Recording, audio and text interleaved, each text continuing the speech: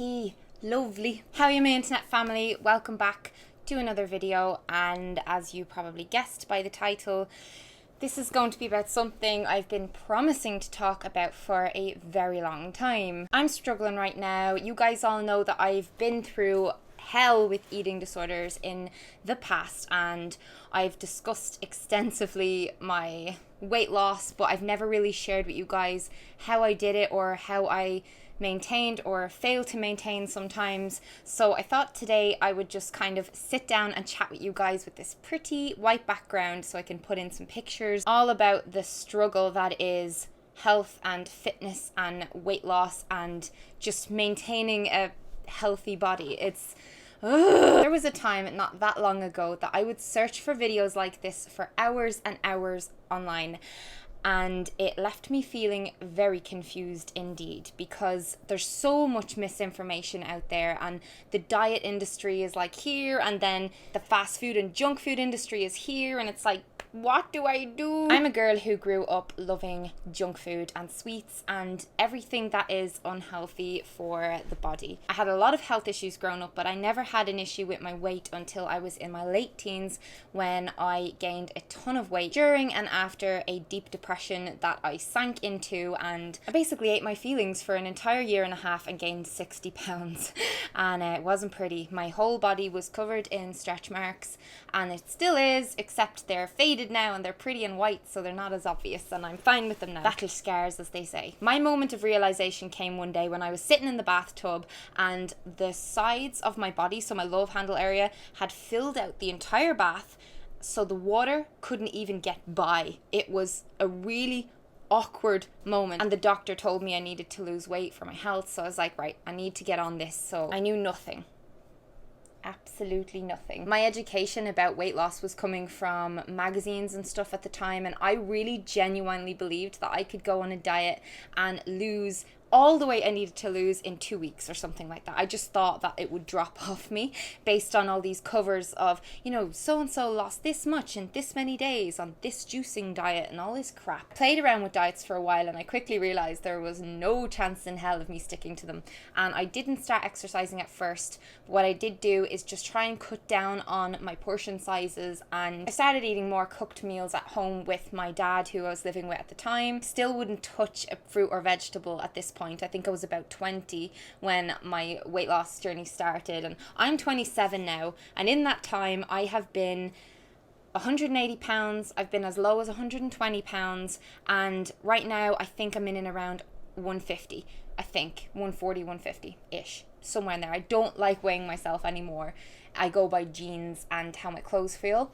But yeah, so I have been all over the place with my weight and my diet for a long time. The things I did to eventually get from 180 down to, I settled in and around 130 for a long time, where I looked up a bunch of videos on YouTube for like recipes. I learned how to cook. I started following chefs and stuff like that, and I know it sounds so like, but it's something that you kind of have to do it. You have to learn how to make meals at home. And right now I know how to cook a lot of different things, but I am eating out way too often, and I'm reaching for convenience foods a lot because I've been like anxious and stressed about a lot of different personal life things and family stuff, and there's never excuses, but you know, sometimes you just need a bucket of Pringles. You just need a tank of ice cream, a bathtub full of delicious cheesy pasta. We all do it, and there's no shame in it, because we are living in a tough time when it comes to food and self-control. There's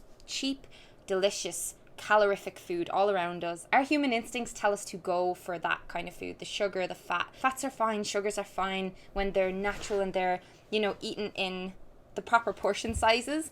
But yeah, donuts and stuff, hella no. I'm making this video for you and for myself because I want to make a part 2 to this in a few months' time, where I have done all this stuff again and reached my goal again, and I want to maintain that this time. Okay, so what else did I do? I drank a lot of tea. Anytime I felt myself getting cravings, I drank a lot of tea, so that's something I need to do. Teas really help when you've got a craving for something, and it's usually coming from boredom, or you're used to having things in your mouth and stuff like that. So yeah, I would get like a lot of different herbal teas and green tea. I loved that so much. I would eat little and often, so I would wake up every day and have a filling breakfast, so like eggs and wholemeal toast, or I'd have porridge with fruit and like almond milk or something like that and some nuts in there, or I'd have like yogurt with fruit. There was a bunch of different breakfasts that I came to rely on, and then a couple of hours later I would eat like a little yogurt and some nuts or some fruit or something like that, a bit of dark chocolate, and then my lunch I would have a healthy sandwich with lots of like veg and protein and all sorts of stuff in it. Wholemeal pita breads were something I came to rely on quite a lot. You know, depending on the day, sometimes I'd have soup, sometimes I'd make wholemeal pasta with a homemade tomato sauce, and I'd bring that into university with me. I'd snack throughout the day on like healthy snacks, and I'd have a nice full wholesome dinner. I loved having salmon and fish and chicken and all that kind of stuff when I was losing weight. I ate a lot of broccoli and greens, and in the evenings I always made room for a little healthy dessert, so I did a lot of healthy baking and stuff. I've got recipe videos on my channel of certain things, but yeah, I was never going hungry, and that's what worries me, is that I'm at a point now where I know what I have to do. I know it's not that difficult once I get into the habit of it. So you need about 28 days, a month basically, to make a habit. And I'm not doing it. And I don't know what it is. It's like I'm sabotaging myself. Do any of you guys ever feel like you do that? It's the weirdest thing. While I was eating super healthy, I started incorporating workouts into my routine. So I would do things like long walks and stuff at first, and then I got into jogging. So I did this thing called a WOG, which is like walk and then jog and then walk and then jog. And then, you know, I went through phases where I'd go to classes in a gym, or I'd do a workout DVD, and everyone does that. Don't worry if you're thinking that there's something wrong with you because you go through phases of fitness. Unless you are like an actress or someone who needs to look a certain way all the time, or unless you have an athlete's mind about this kind of thing, you're going to be like the rest of us, and you're just going to do it when you're motivated, and you're going to fall out of motivation if some terrible things happen in your family, or if you lose a job or whatever. And that's okay. It's okay to have slumps. And that's what I've had to realize in my eating disorder recovery. So when I got to my goal weight, I was so fit, I was so strong and lean and toned, but I realized that it wasn't enough for me. I wasn't satisfied, and sometimes I would feel like I looked the same, and I couldn't really see myself, like see how far I'd come. Oh, if I could only go back and slap her around. I ended up letting old habits slip back in and eating a lot more food when I was doing my university thesis.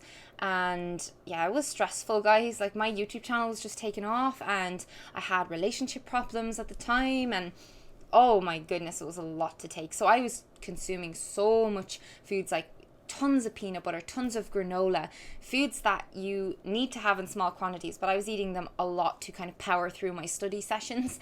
And I went quickly up to 140. I then bounced up and down a while because I'm good at maintaining. I kind of learned when to stop eating when I'm actually not hungry anymore, and I stopped trying to push past that barrier just for no reason because the food was there. And I was decent with my choices, and I would have, my cheat day every week, which I always did. I always had a cheat day. I think a day off is really important, to know that you can just go out to your favorite restaurant and get dessert and, just have whatever you've been thinking about all week. And, having little treats here and there as well is great when you're maintaining, because it stops you from overeating.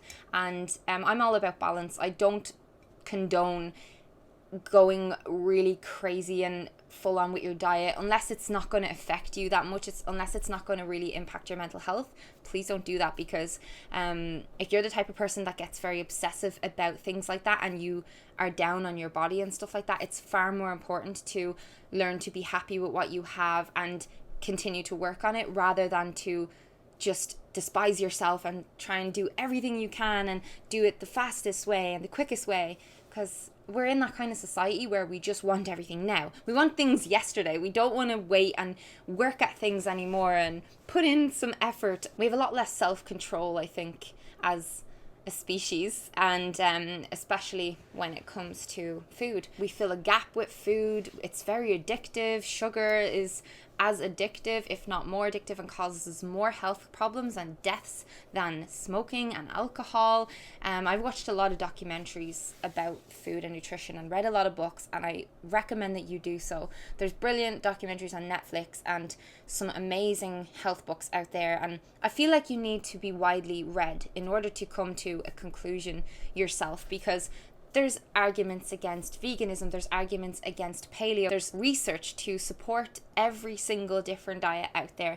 And I found that every single one of them was flawed in some way, and you need to find something that's going to fit with your lifestyle and your family, your tastes. Of course you can change your tastes and try new things, and that's another tip actually, is like every week try 2 new things, 2 new foods that you've never eaten before. And, you know, expect maybe that you're not going to like some of them. Like if you anticipate that you're not going to enjoy all of them, then you'll be fine. But I loved doing this, and I found that vlogs, like, so I watch a lot of daily vlogs. YouTubers and vloggers really inspired me to taste a lot of new things. So I'd follow Instagrams, and I love watching like people's posts about what they eat and stuff like that. It encouraged me to like really taste the rainbow and get a lot of more good food into my diet, and that in turn helped my hair to grow, it helped my skin to heal, it helped my nails to grow. It's really, really important for your cells and your brain function and everything to eat a wide variety of good stuff. But what I'm trying to tell you guys is that it's on you to do this and to learn this stuff, just like it's on me. I've allowed myself to gain back a bit of weight slowly by being really inactive. Like I do walks here and there, but you know, having eating disorders slows your metabolism down a lot, because I went through orthorexia, like an obsession with clean eating and avoiding anything I thought would be bad, and that led me into binge eating. So I was starving myself for days, binging for a few days in a row, and it was horrendous. I really want to like talk more in depth about that, but it's difficult because, you know, I'm over the eating problems, but they do rear their heads sometimes, especially the binging. And lately I've noticed that I've been a lot more slack about it. I've just been like, oh, whatever. It's not like I'm trying to impress some new guy, or I'm trying to, you know, impress you guys. Like, you guys watch me because you like me, hopefully. I don't want to kind of just get in shape and stuff like that to impress other people, and that's just me.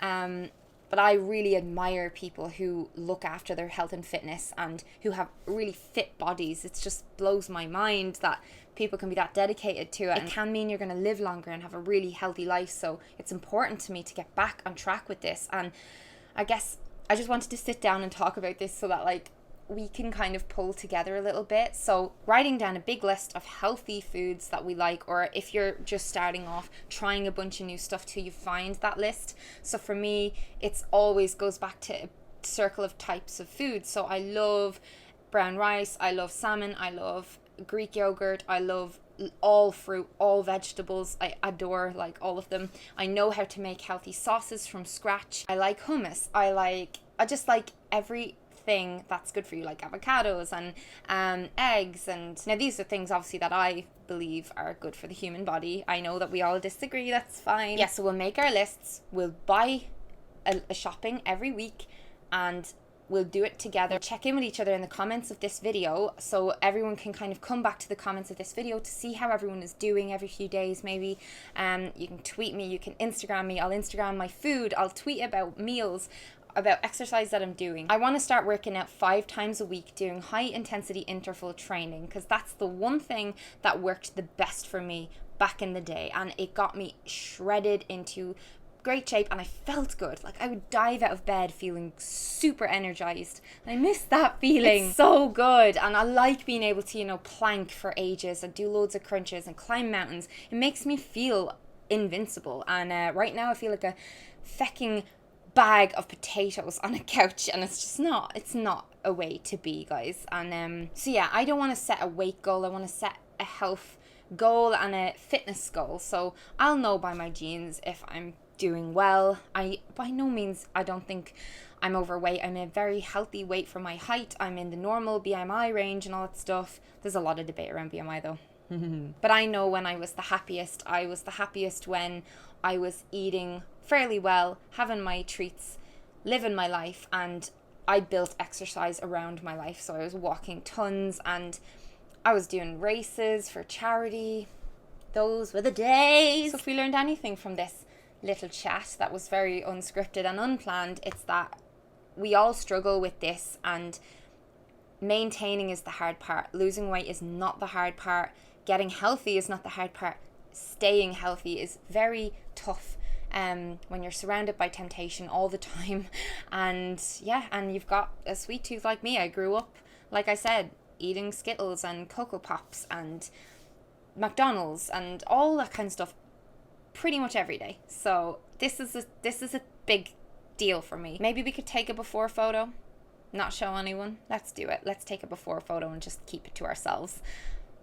Yeah, if you're currently going through any eating issues or body dysmorphia, feelings of hating your body, I feel like you need to talk to somebody. And if you feel like seeing a nutritionist or someone like that is going to help you, do it. But I want you to know I'm there with you. I'm struggling with this too. It is something that I think about several times a day, that I just feel, I feel a bit weird in my jeans, or I feel a little bit too going on to a new contraceptive pill has certainly not helped with this situation whatsoever. It makes you lethargic and gives you cravings and makes you retain water, so I'm very aware of that. But no diet pills, no shortcuts, no stupid detox things. Any progress you make, like, reward yourself with something that's not food. Let me know if you deal with this kind of thing down below. And thanks so much, guys, for watching. Hopefully this made some of you feel a little bit more kind of normal, I guess, and I'll see you in my next video. Bye.